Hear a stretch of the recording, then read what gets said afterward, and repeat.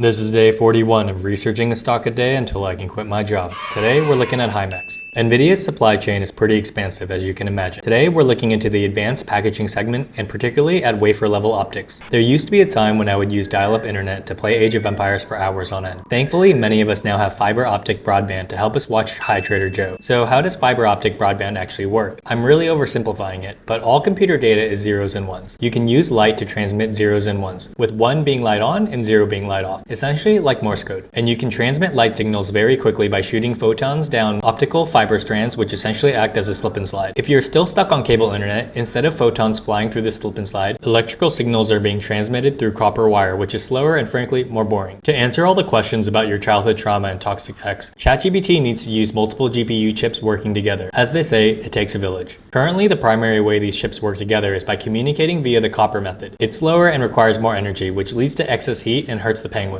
Optical communication is faster and requires 5 to 10 times less energy per bit than copper, and aligns with big tech's push for a lower environmental footprint. If your first thought was, does a shift to optical pose a risk to the projected demand for nuclear energy? Great, you're thinking like a trader, but that's a convo for another time. The reason why chips don't communicate with optical yet is because it's incredibly hard to do so at the chip level. To provide some context, a strand of hair is 80 to 100,000 nanometers thick. The part that needs to receive the optical communication on a chip is around 10 to 20,000 nanometers. Essentially, all major chip makers are currently working on optical transmission solutions. However, there is one niche aspect, which is how to precisely aim the light, which is what HIMX focuses on. This is where wafer level optics come in. We'll continue on with part 2 tomorrow. I'm also looking to start a Substack with Phrase, so have a look at the link in my bio if you're interested. This is not financial advice, always do your own research.